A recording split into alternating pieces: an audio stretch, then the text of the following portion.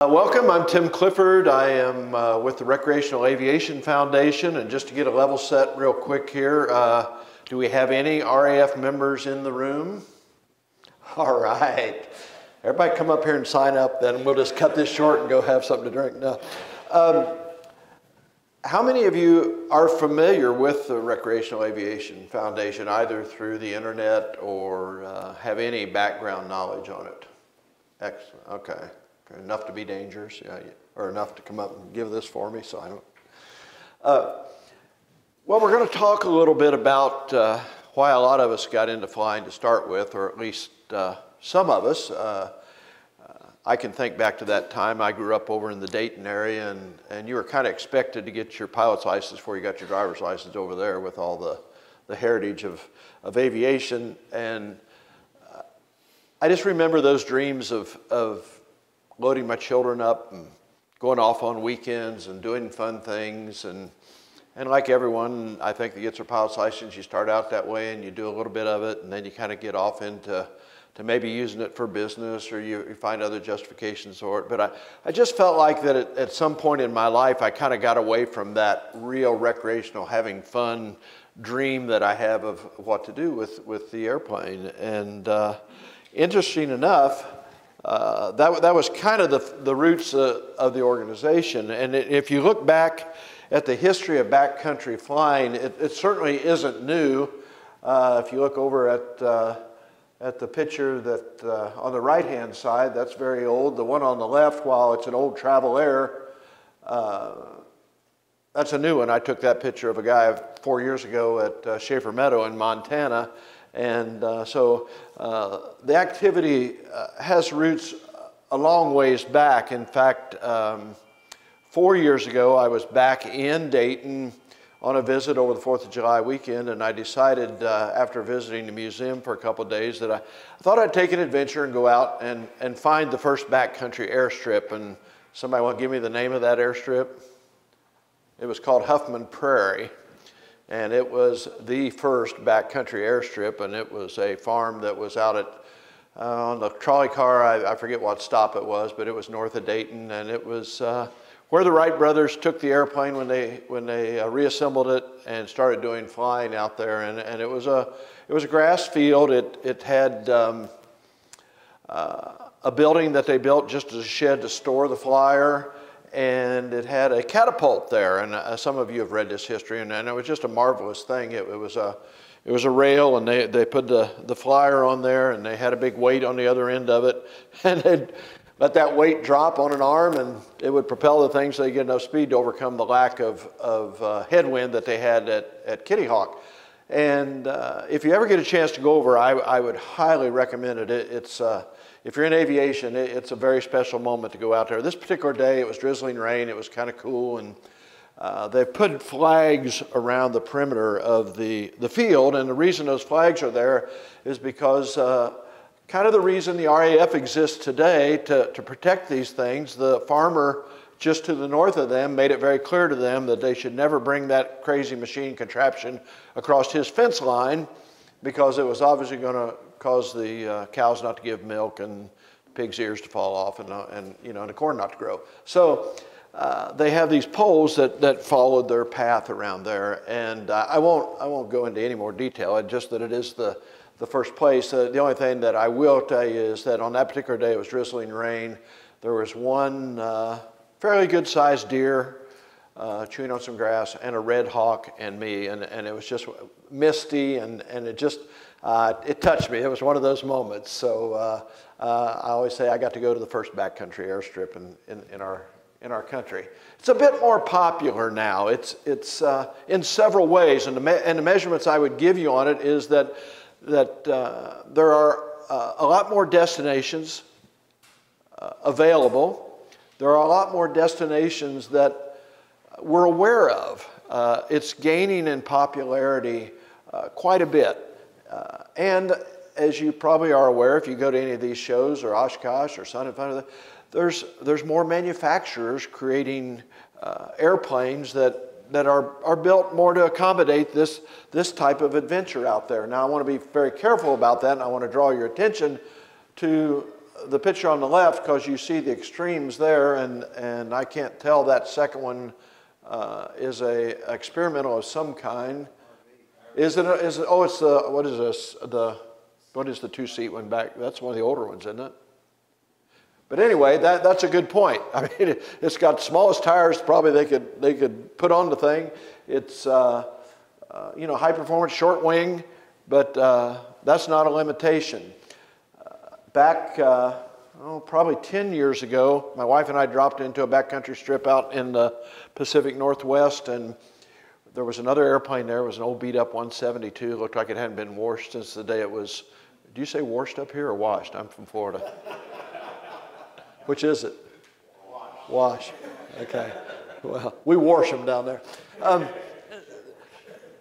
It was looking pretty ragged, and it was a 150 horse, and so we went over and I looked at it and kind of smiled, and I went over and set my camp up, and there were a couple of tents over there in the campground area, and I thought, oh, some people must be out flying, you know, there's a tent for that one. And a little later in the day, here comes a couple, and they have about, I'm going to say, 18-month-old twins. And they've got them on their backs, and they've been hiking all day. And they were in this 172 with their twins, and they were out traveling the backcountry in the mountains. This particular one happened to be Schaefer Meadow in Montana in the middle of the Bob Marshall Wilderness. And it was a young couple, and so we started visiting with them. And they hadn't come from, so we're in Montana, they hadn't come from Billings or Bozeman or Salt Lake City or anything. They'd come from College Station, Pennsylvania. And they were going across the country, and they had done this before they had the kids, so they said, well, we're not going to stop doing it. They said, diapers don't weigh much, we're going, and off they went. So I love that story because this isn't, what we're talking about here is not about having to have a 185 or a Husky or a Super Cub or whatever it might be. It's the goal of our organization and this foundation is to make this accessible for everyone can go out and do it. And this picture over here is at Ryan's, which we'll talk about later. And each year that we have a fly-in there, this gentleman comes in a V-tail Bonanza, and he typically lands shorter than anybody there. And it's just a marvel to watch him. And so my point is it's not equipment restrictive, I guess is what I want to say. Uh-oh, I pushed the wrong button. Now I got a pointer. Okay, so let's talk a minute about the RAF, and then we'll get back into some of the fun stuff, just so you know who and what we are. We are a 501c3 nonprofit organization, and our mission continues to be refined. We're in our 12th year now, and we've kind of got it as of the fall that this is what we're about. We preserve, maintain, and create airstrips for recreational access nationwide. It started in Montana way back 2003, so we're entering into our 13th year. We're in one state, and it was really 6 guys in the backcountry. I'm sorry, I'm glad there wasn't an airliner around, I'd be in trouble. 6 of us sitting around in the backcountry and enjoying camping out and just the friendship. And I always put a disclaimer, there was some scotch involved, if I remember correctly, that night. So we might have had a clouded issue on the thing. But basically we said, you know, if we're going to protect this and keep this, we need to set about doing something about this. And if not now, when? And if not us, who? And I think that's important, that we always remember that for all of us. If not now, when? And if not us, who's going to do it? We had passion, that's about all we had. We had no idea what we were doing, but we decided that it had to be done, and we had to set about doing it then. Because the threat at that time was typically coming from public landowners. You really look at it, you got private side and you got public side. Public side, whether it be national, on the federal level of the national parks, Bureau of Land Management, U.S. Forest Service, state forests, state parks, local municipality, whatever, no one had really been proactively promoting aviation as a recreational use. To the point that you'd go talk to some of these federal land managers, and they were very comfortable with two snow machines closing on each other at night after everybody had been drinking and having a good time at probably a closure rate of, what, 70 and 70, 140 mile an hour. They were good with that. They were good with people hiking Angel Falls, where you have to hold on to a chain to even get up to the place, and in the national parks where it's an acceptable factor to lose 3 or 4 hikers a year to death. But they didn't think we ought to be able to land an airplane as a trailhead and go off and do all the same things everyone else does. You can show up and they'd give you great facilities if you happen to have your diesel pusher motorhome or your Subaru with your mountain bikes on top of it, or your dually with your horse trailers, and all those were fine. They're very comfortable with it. And as we know, most prejudices come out of ignorance, and I don't use the word ignorance as a bad word here. I just use it that it's a fact. They didn't know anything about it. So we were real clear what our mission was. At least one of them was education to the people that had control of these places, and education to you and everyone else in the country to say, this is something fun to do. It's okay to take your airplane and go have fun with it. You don't have to justify it in some other way. Probably doesn't cost any more than the local golf course membership. So where are we at today in 2016? We have members in 50 states and I think 14 countries around the world. We're over 7,000 members now.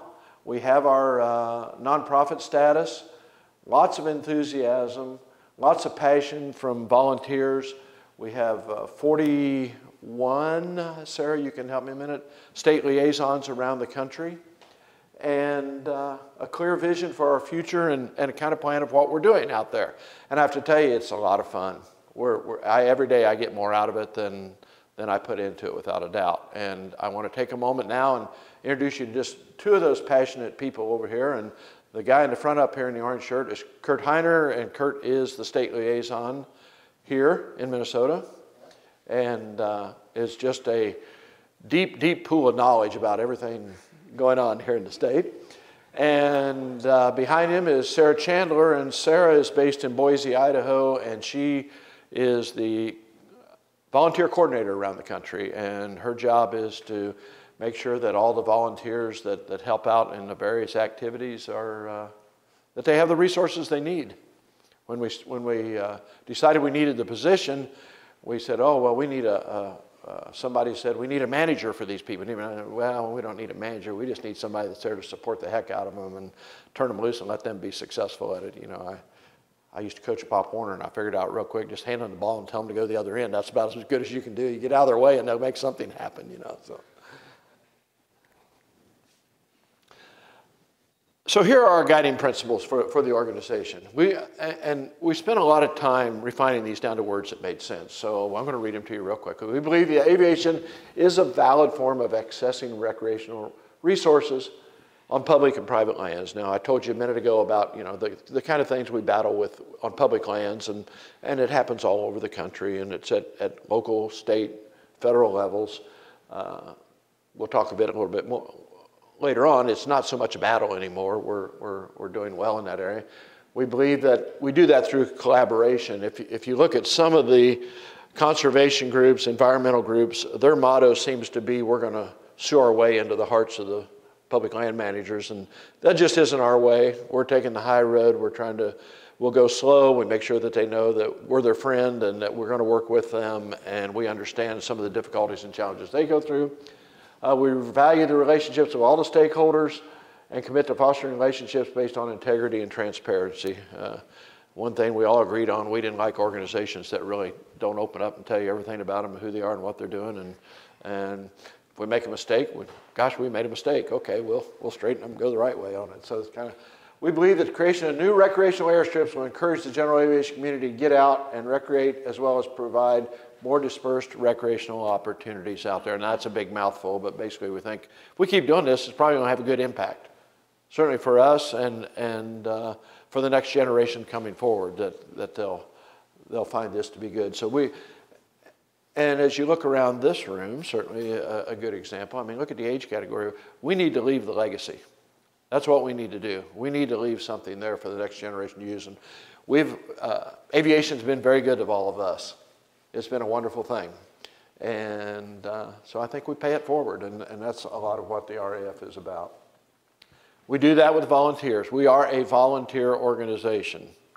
So I will tell you that we have one person on paid staff. We didn't want to take any of the donors' money to do that, so we went out and got a grant to pay for that person to keep it completely outside of it, because we just felt like that's really going to corrupt what we're all about here. We want to drive this thing with passion and volunteers, and occasionally we have to pay for something. We kind of figured out a rule, talk about those mistakes you make. If something had an absolute timeline on it, you better pay somebody to do it. If you don't, let the volunteer. It's real hard to call you up and say, hey, man, you got to get on this. And you're going to turn around and go, I'm volunteering, get off my back, you know. So we've learned some things along the way on that. But for the most part, it's just a lot of passion driven across the country. And that is us. That's what we do. Let's see, you know, this is a typical work party group over here on the left on a weekend. And now I have to define work, okay? We get there, we have a nice evening, might play some music around the campfire, and we get up the next day and get a group of people together, and we walk the field, and we figure out if there's potholes that need to be filled, and we fill those, and we find some adult beverages at some point. We're back around the fire, and somebody uses it. It's kind of interesting. I mean, you'll get a group that big, and somebody will say, local will go, I'm going to provide the steaks for that thing this year, or I'm going to bring in a couple of hogs and put them on the pit. And it's just, you know, I do want to stop and differentiate between the fly-in and an RAF weekend. You know, the fly-in, we all do them. We get up, wash the airplane off, we run over, we eat our hamburger, we shake hands with everybody, and we turn around, we're back home, got it in the hangar at 2 o'clock in the afternoon.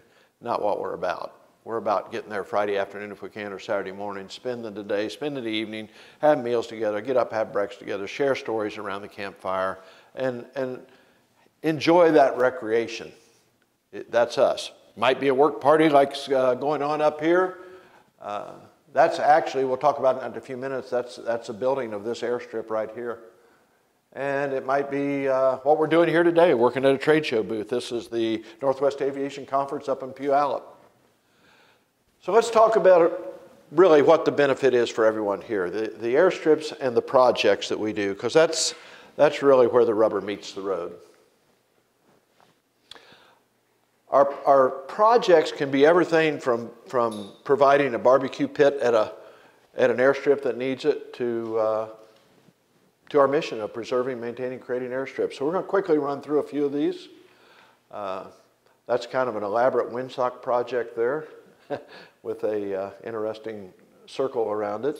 So this is at kind of maybe the bottom end of it, but Arcadia, Florida, the local group there, we've worked with them for a couple of years. I don't know if AOPA did a great video piece on them recently that's out, and we'll talk about it more in a minute, but when we got to the end of it, I was there one day, and the guy that's kind of charged of it, I said, boy, it'd be nice to have some barbecue grills here, and he goes, yeah, he said, I just don't know where we're ever going to find the money to do that. And I said, well, you just found it. That's an RAF mission if I ever saw one. Let's get those out there. And of course, we can put our name on them and the little plaque up at the top of the logo. And we went out and did it. We spent $600. And you would have thought we gave them a new airplane. It was just the dream come true for them. And I'll tell you more about that in a little bit. But the first year that they had their big annual fly-in there. Now, I'm from Florida. This is in Florida. You have to understand that we're the reverse. Although some of you probably come to Florida for the winter, but our flying season is just wrapping up now. It starts getting very hot and miserable, and so we have all the winter months, and your season's just starting. So, Cow Creek in Montana, this is up in the Missouri River Breaks National Monument, and typical type of project where it's pretty harsh winters in Montana, so we get out there in the springtime and really get to work on things and get everything cleaned up for the year. Looks like work, it is work, but it's a lot of fun, a lot of camaraderie going on there. Anybody ever been to this airstrip? I will tell you that I'm very fortunate in my flying. I get to fly a lot of places in this country, and I get to do a lot of flying in France and Italy and all through the mountains over there. And when I landed here at Mexican Mountain, it's in Utah, near Moab, I got out and I took my phone and I went like this in a video. And then I said, I have now landed on the most beautiful place you can land an airplane on Earth. There are hieroglyphics still out there on the rocks. This place is just marvelous, but it needs to be maintained, needs to be cleaned up and kept up, and there's nothing there other than hiking and at certain times of the year a stream with some water in it. But you talk about you want to get off the grid, you can get off the grid out there for a couple of days. It's just marvelous. Another extreme of it, San Marcos, Texas is the home of Redbird Flight Simulators, who, if you haven't been by the booth, has been nice enough to give us a very nice simulator to use for the year as we move around the country and do trade shows. And we'll probably wrap it up with that up at Oshkosh at the end of the summer. And this was an idea to do a fundraiser for the RAF as well as create something really noticeable. So those are 9-foot aluminum propeller blades, and the idea is that it kind of looks like it's rotating. And so we call them fire hubs because the fire's in the hub of the propeller, and then we sell bricks in it. You can, for $100, you get a brick, get your name engraved on it, and it raises money for the RAF. Redbird sponsored the build, so it's a good program.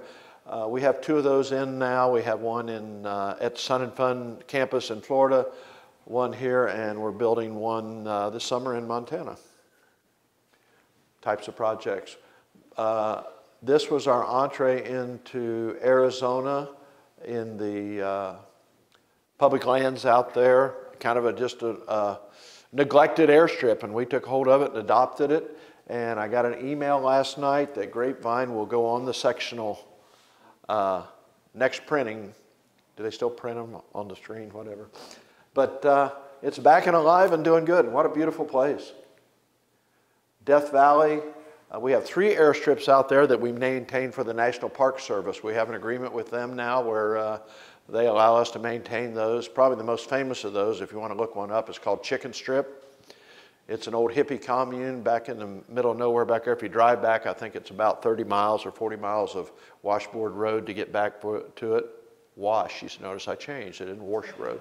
I'm trainable. There's an oasis back there, and there's a guy that lives back there all the time and kind of is the self-appointed caretaker for the area, and it's kind of a cool place, but needs to be maintained, and National Parks said they didn't have budget for it, so we signed an agreement with them, and we maintain it for them, and there are 3 airstrips up in there. Missouri River Breaks is Cow Creek, and that I showed you a minute ago, but several other airstrips up there that are fairly remote, and it was a SAVE project. So public lands, they build travel plans, they build usage plans on kind of on a 10-year basis of how everything's going to be used, and you know, this is a national monument, so it's kind of sacred, and a lot of people from a lot of other organizations didn't really like the idea that there were airstrips in there, so there was a lot of discussion as they were building their new plan on whether those should be there. At the end of the day, we lost, I think, 3 airstrips in the thing. Other people lost some trails and bike paths and those types of things. But then no sooner did that plan come out than everybody started suing them because they didn't feel like they got what they wanted out of the deal. It's part of the reason. Part of the reason I suspect that if you have a boogeyman, then you can go raise money and get new members because you got something to rally everybody around. So anyway, we decided that we would stand up and put some effort behind this thing, and we became what's called a friend of the court. And we supported them in their travel plan, and while we didn't get everything we wanted, we felt like it was a fair plan. And we won in the lower court. It was appealed, and we won again in the higher court. And we kind of put everyone on. We thought at some point you got to draw a line in the dirt, and you got to let a lot of the conservation groups know that we're not going away. And so we drew the line, and we prevailed, and I think that was an important milestone for us to be able to have that out there to say, if you want to play games, we're here, and we're staying, and we're going to make you be held accountable. Another wonderful, wonderful place. This sets up in Washington State. This is an annual work party that has come out now that every year we go up and clean up Sullivan Lake. The seaplane setting there is really at the threshold. We're looking south there. It's at the threshold of the northbound view of the airstrip. So you come in on final across the lake. If you come in from the other end, you can do it, but it's not a direct in because the mountains are too high and you got to kind of dogleg around some hills and meander your way in, which no one told me the first time I went there. A lot of my buddies on the ground. I'm trying to come over the top and descend and slip and do everything I can to get down and land. And I could get down about where that guy standing taking the picture of the one there, and I was still at about 200 feet and couldn't get it slowed down, and they're all just waving at me as I went by. And second time I went by, and finally they got on the radio and said, "Hey, Tim, go on over, go around that rock, and then start your descent there and come in and turn, you can make it." So they had to get their humor out of it first before they let me do it. But we'll have speakers come out. We'll have music around the campfire. Just wonderful opportunities for everyone to get together. Grand Gulch is that's a cooperative thing with the Bureau of Land Management. And that's an old mine that has a lot of historical significance to it out in Arizona. And we're maintaining it. We're taking care of it. This is up here because this one's in California. You know, California's an interesting state. You'd think you'd have great battles there, but I'll tell you something in a few minutes that just blew me away there. You can't always assume that. What I like about this is field elevation as opposed to everything that's around it there. Just imagine what you're setting down, what a bowl you're setting in down there. I mean, you've got 7,000, 8,000 foot peaks up there all around you. Beautiful place. See it right over there. A group of people decided that since our headquarters is Bozeman, Montana, that it might be nice if we had kind of a stopping off point there for people headed out to the west to do any kind of recreational flying. So they raised the money and got contractors and to donate time and everything and built a wonderful pilot shelter there. Encourage you to use it anytime you're coming through that area. It's got hot showers, men's showers, women's showers, barbecues, camping area, all of it right on Bozeman Airport. And there's somebody usually within, there's a phone number set up there. And in fact, the closest guy is John McKenna, our president, and he's got a hangar right off of it. There's usually 2 or 3 cars sitting in there, and he'll just say, "Yeah, here's the code, go in there, grab the Jeep, and go to town," or whatever you need to do, and a good facility. So that's kind of just a sampling of the kind of projects that we do, the kinds of things that you could be involved in. And now I want to talk a bit about specific airstrips. Some neat stories. This, I love this picture. There's another picture where the plumber's crack is showing, but they won't let me put that one up there. But so this is North Fox Island. Has anyone heard the story of North Fox Island? North Fox Island is off of the tip of Michigan. There's the airstrip. It's on an island about 30 miles off the tip of Michigan. The state of Michigan ended up owning it about, I'm going to say, don't quote me on this, but I think 10 years ago. They immediately put X's on it. The Michigan pilots had always gone out there. They had maintained the place. It was a great destination. I mean, look at the water surrounding that place. And they used it when it was privately owned. Then it got sold to the state, and the state closed it. It took us 7 years after they got a hold of us, the Michigan pilots, to get it arranged and worked with the Department of Transportation to get it open. It is now open. It was opened last year. We had people donate all kinds of things to us. We actually had a tractor and a bush hog. Could not figure out a way to get it out there, so we had to redeploy it elsewhere. But we've got lumber to build a pilot shelter out there. We're just going to move it out there this year. But the real story here is this guy couldn't wait.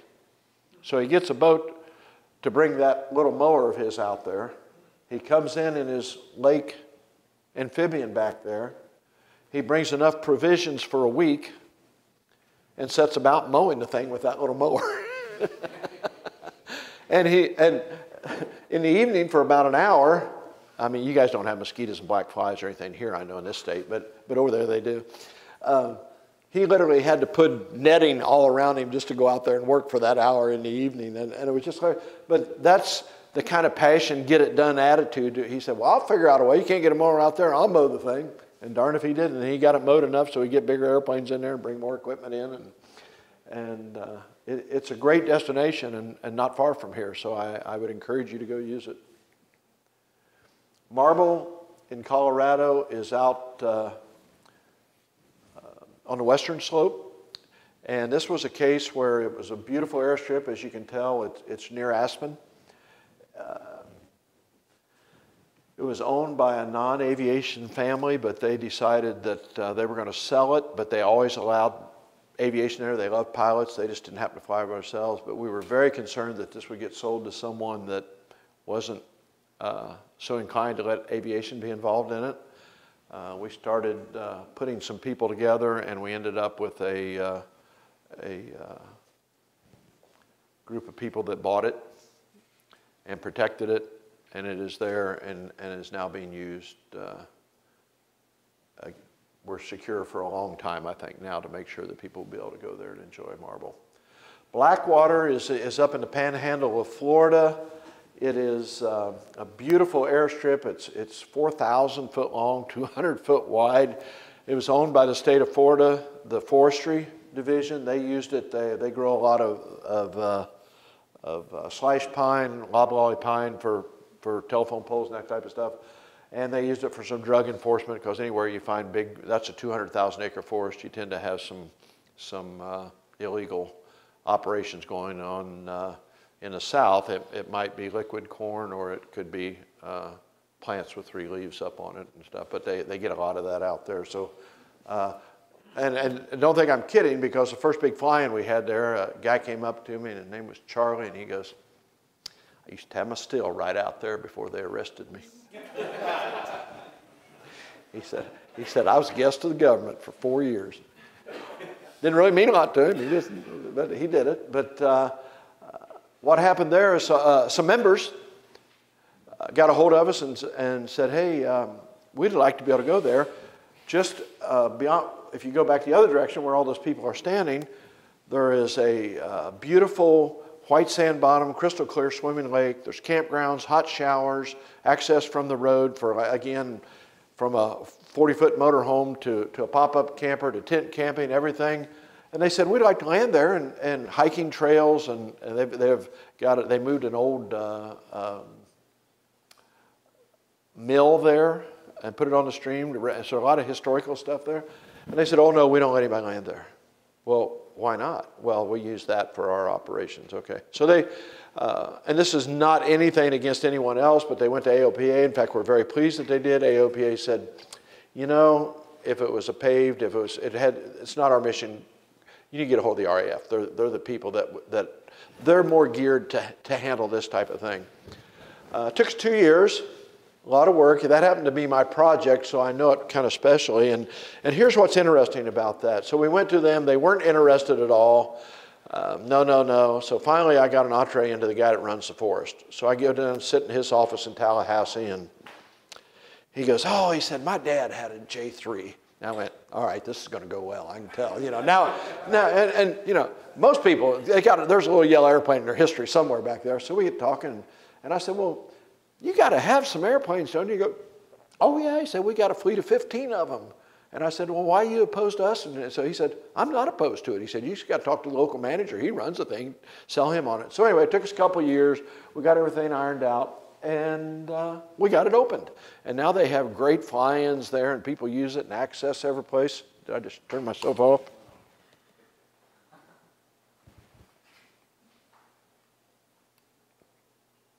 Is it back on now? Okay. About 6 months later, the chief of all the force calls me up, and he goes, "Tim," he said, "we've got a citizens advisory board," and he said, "I'd like to nominate you to be on that board." And I said, "Jim, you know, if I go on that board, I'm going to put airstrips on every state forest in the state." And he goes, "Tim," I said, "I want you on that board." And I said, "Yes, sir." So now they are coming to us. They just acquired the Peace River horse ranch over by Tampa.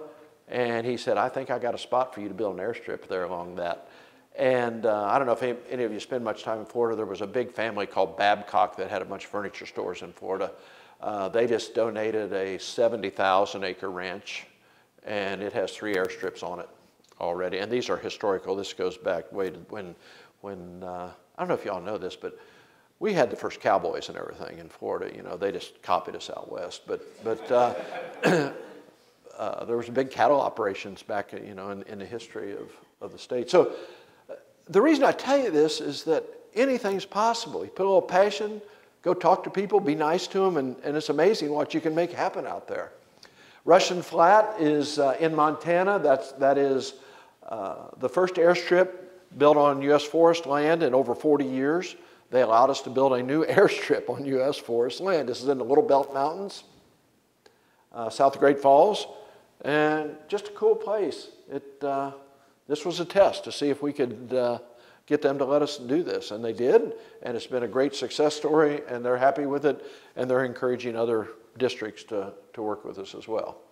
Arcadia, Florida, that was that first picture where the grill was up there that we got the grill for them. This was, Arcadia back in World War II was known as Aviation City. A lot of people went through there to train for World War II.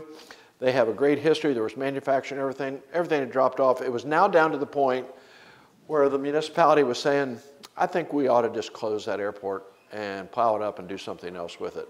They had a local group, got a hold of us, said, how can you help? Kind of tested us a little bit. We went, paved airstrip near a town, not sure that we see much recreational component there. Went down and looked at it, but these people were just fervent about saving this airstrip. So they created the recreational area around it. They created this campground in amongst trees. They got everybody together for work parties and cleaned up everything. And there's an annual rodeo there, and they have a big fly-in now for the annual rodeo. And then they realized, well, not everybody wanted to do rodeos, so the Peace River runs down through there. Remember Peace River Horse Ranch talked about in Tampa? It flows all the way through the state, comes clear down. We're now getting into the south central part of the state. And this year at that event, they had arranged for outfitters to take people on the river. They had horseback rides. They had all kinds of things that people could do out there. So again, you just start this thing and it happens. And you just never know what else is going to come out of it. Ryan's Airstrip is our Mecca. It is our home. It is, the story behind this is that this, anybody here ever been to Glacier National Park? West entrance there. This sets 2 miles directly across. Belkin Lodge sits there across the street from it. May have stayed at Belkin Lodge. 2 miles back through the woods is Ryan's. Ben and Butchie Ryan, the couple right here, moved there. It's a 160-acre in-holding, meaning it's surrounded by U.S. forest. Ben worked for one of the old oil companies, and he was an engineer, and they decided they were done, and they'd been sending them all over the world. And he was a P-38 pilot, World War II. He is somewhat famous for being one of the few people that ever climbed out of one and lived. And the only reason he lived is because the right rudder on it, his wingman had already knocked it off, so when he let go of the wing, it didn't cut him in half like they did on most of the people out there. But Butchie was a nurse. She's 5 foot tall. She's actually 4'10", she'll tell you, but she bunched her hair up on top of her head when she went in because you had to be 5 foot in World War II, and so they measured her at the top of her bun of hair on top of her head, and she got to be a nurse. So they went out here and not homesteaded, but they bought this in-holding back in '64. Ben took a picture out of Popular Science of a sawmill, built his own sawmill, built their house there, did everything there, and they had no children. So they were getting up in age, and they went to the city of Kalispell, which is nearby, and said, we'd like to donate this, and because we want people to still be able to use it as an airstrip there. He built several home builts. He's one of these guys that like to take Volkswagen engines, not use them, cut them in half and then use them, okay? Because we don't need 4 cylinders, we need 2, right? So he got a very, very honest, very fortunate to all of us, he got a very honest bureaucrat there, and the guy said, you know, we'd love to have it, but I got to tell you, when we get it, you die, we'll sell it and buy snowblowing equipment for the airport. I know what'll happen. There's a group, and we were not a year old. The RAF was just gotten, I mean, the ink was barely dry on our 501c3. He said, you need to go talk to the RAF. He did. They donated it to us. Boy, you talk about getting serious fast. Now all of a sudden you've got this asset and you've got to learn to manage it. So Ben and Butchie stayed there for several years. They've now moved into Columbia Falls and are living in the veterans home there, doing very well. They still come out for the fly-ins and things.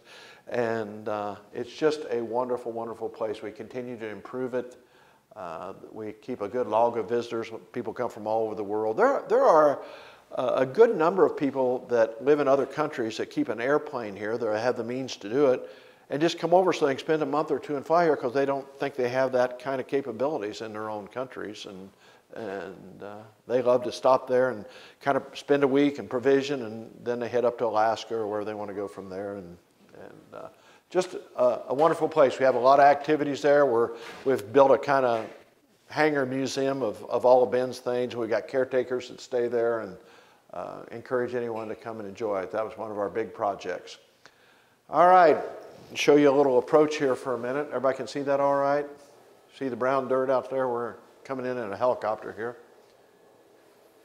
What's your business? I'll tell you in just a minute. Don't take my glory. Okay, you just flew a helicopter approach to the newest airstrip in the United States. What is today, the 30th or the 1st? 30th, good, okay. You are the first people to see and hear this. This airstrip is called Trigger Gap. It is, I measured it, 608 statute from here. It is the first of what we think will probably be 8 airstrips in the Ozarks.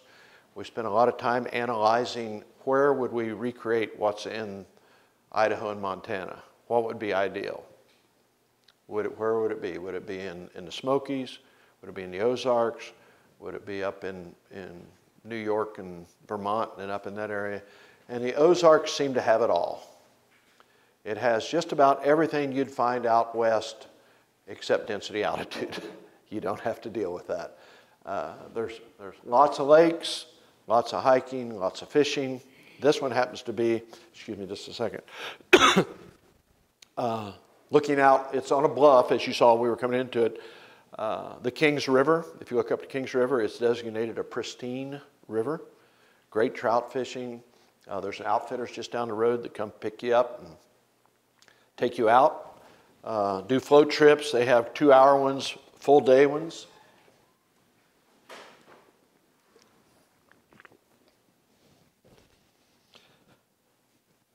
We have already applied to get it on the charts. It is not open yet because we sowed grass seed about a month and a half ago and the rain stopped. We sowed grass seed on Wednesday, and Thursday the rain started. We waited for that one, and I hope by late summer it will be open, but and we'll announce it. It'll be on our websites and everything. It'll be open, but remember this day because that's going to become the Johnson Creek of the Ozarks. I see it happening. We're working in coordination with trails people that are going to build mountain bike, hiking trails all out through the region.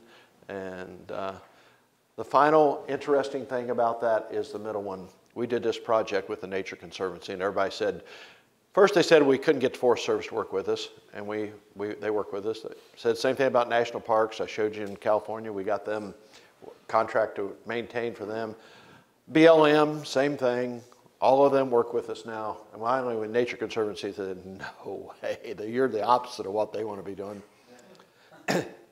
Turns out, not true. If you're real nice to people and you go work with them and show them how you can work together and how it benefits everybody, it can happen. Doesn't happen quickly, and a lot of people get frustrated and walk away, but it can happen. So Trigger Gap, look for it on the charts, look for it on our website, and I'm very serious. You're the first people that even know it exists out there. The timing was perfect, and I told Sarah I think we're going to talk about this one today. Some initiatives that we're doing that are kind of a general scope. Recreational use statute, if you don't know what that is, every state has one. It basically says if you have a piece of land, I come on your piece of land for recreational purposes, we don't exchange any money. If I get hurt, I can't sue you. You're protected as a landowner. We felt that that was very important to get that statute beefed up to include aviation activities. It typically covers things like snowmobiling, hunting, fishing, sports, all those types of things. And airstrips were included. However, it didn't specifically name them like it did some other things. So we've been going state by state around the country to get that included in all the states. We are at, pardon me? Well, I think that's what it is now, but I believe we crossed 30 with those. That 3 snuck in. It's interesting. I don't know, has anybody here worked with state government or those type of things? Some of the places you go in and you go through the process of reading through committees in the House and then the Senate and all these types of things. And other places you'll find somebody that will call up and say, I can get this done. Don't talk to anybody. Don't say a word. Just keep quiet. It'll be on the governor's desk in 3 weeks. And it happens. So in California, they have a real unique way of doing it. And we thought, well, there's no way we'll ever get this approved in California. And we went through the normal process. We went through 2 hearings, and it went straight through, and it was done. And it's a very valuable thing to add to this. There's another initiative that we've done that I don't have up here, but we got with a major insurance company that insures a lot of airports like this around the country. And we asked them to look at recreational airstrips and grass strips and find out, what's really happened. Have there been a lot of claims? Have there been accidents? Those types of things. We knew what they'd find out. You don't like to ask questions you don't already know the answer to. So they came back, and they came back with a package for us that allows an individual landowner to put $1 million or up to $3 million worth of insurance on their airstrip, which makes them comfortable about letting people come in and use it at a very decent price, I think. I think you can get, and don't quote me on it, I think it's $800 and some for $1 million worth of coverage per year or something like that. So kind of made it doable. We're trying to get, whether it's private land or public land, get more access, get people to let us have it out there. So there's where we're at. Oh yeah, you have 27 on here now. Yes, you are green. And we have 3 states. Well, those are but over the end of the year, we had some others that kind of quietly got in. So we'll agree on about 30 at this point. Now, we got a little challenge because the trial lawyers have gotten a little smarter, and in the states that are left, they're figuring out how to give us a tough time on it. So we'll. Yeah, I got it on my clock here. Thank you. We have a safety and education committee, and basically that's designed to make sure we're good stewards. So when we go into these recreational areas where other people are hiking, biking, horseback riding, those types of things, we want to make sure you've got some good guidelines to know to kind of think about these things and be good partners with people when you go back there. So we felt like that was something else we needed to work on. Had you told me when I got involved in this that I spent a lot of time with a suit on in Washington, I envisioned being out in the back country and maybe digging ditches, putting up fence, that type of thing. We spent a lot of time in Washington just working on the agencies, working with the legislature, the Senate. It's not the fun stuff, but we're getting some things accomplished. You're seeing a signing of a memorandum of understanding with the Forest Service. We now have agreements with the Forest Service, an MOU. We have an MOU with National Parks.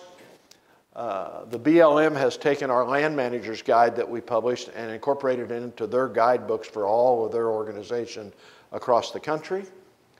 We're working with the Nature Conservancy. So how can you help? So it's up to us. We all do things differently. Someone told me early on, actually I can tell you who it was. Anybody know who Bill Abels is? Bill is kind of one of my heroes because when all the airlines went bust, he ran Alaska Airlines. And they're the only ones that didn't take bailout. They bootstrapped themselves up and came back as an airline. And he told me when you're working with organizations like this, he said, you're looking for people that can bring you wealth, wisdom, or work. And he said, if you get one of those, it's great. If you get all 3, you've hit a home run. And so that's what we're looking for out there. We're looking for people that maybe look and say, you know what, aviation's been real good to me. and I do need to help, and I need to give back, and I need to help the people, the younger people that are coming after me, and that's what we're looking for. And it may be that you give an hour a month, you may give, you know, I had to quit my job because I didn't have time to do that and do this too, and this was a lot more fun. But and I'm not talking about just the RAF. It's EAA, it's AOPA, whatever it might be. I'm just encouraging you to please get out there and help. What's your name? Joe. Help Joe. Look at Joe. How old are you, Joe? I'm going to be 29 next week. Yeah, we owe it to Joe, don't we? I mean, we might be a little jealous because Joe's going to get out there and do a lot of flying, and we'll be long gone. And a lot of the stuff we do, we'll never see. Joe will appreciate it, and his kids and things like that. But I'm telling you, if not us, who? And if not now, when? I really mean that. So those questions were important. I kind of softened it down here, time, money, and talent. But that's what you need out there. And we all, at different points in life, we may not have the time, so we can make a little donation. At other times in life, we've got plenty of time. But we're the ones that will make a difference in this thing. Oh.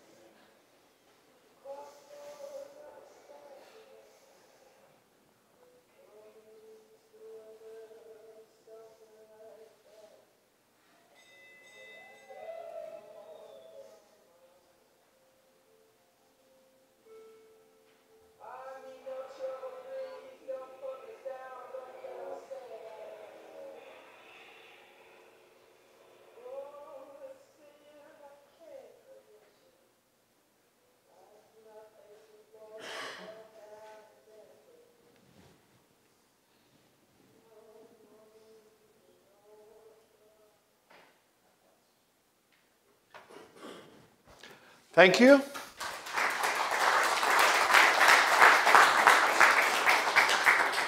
We're around. We've got the booth in there, kind of third row back over back in the corner. I'm around here. I'll be glad to answer any questions. Sarah, Kurt, I'll just tell you that getting involved with EAA or AOPA or the RAF, whatever you do, you just get back a lot more than you ever give into it, and it's rounded out my aviation, and I've met a lot of wonderful people, got to have a lot of great opportunities to do things and be places and see things, and we've got some great things for your area of the country. We're working 2 projects over in Wisconsin where they want to donate their airstrips to us. Up in the North Woods, one of them is, and so we're going to see a lot of good things coming. We need your help. I'm going to enjoy having you around and hanging out with us. Thanks.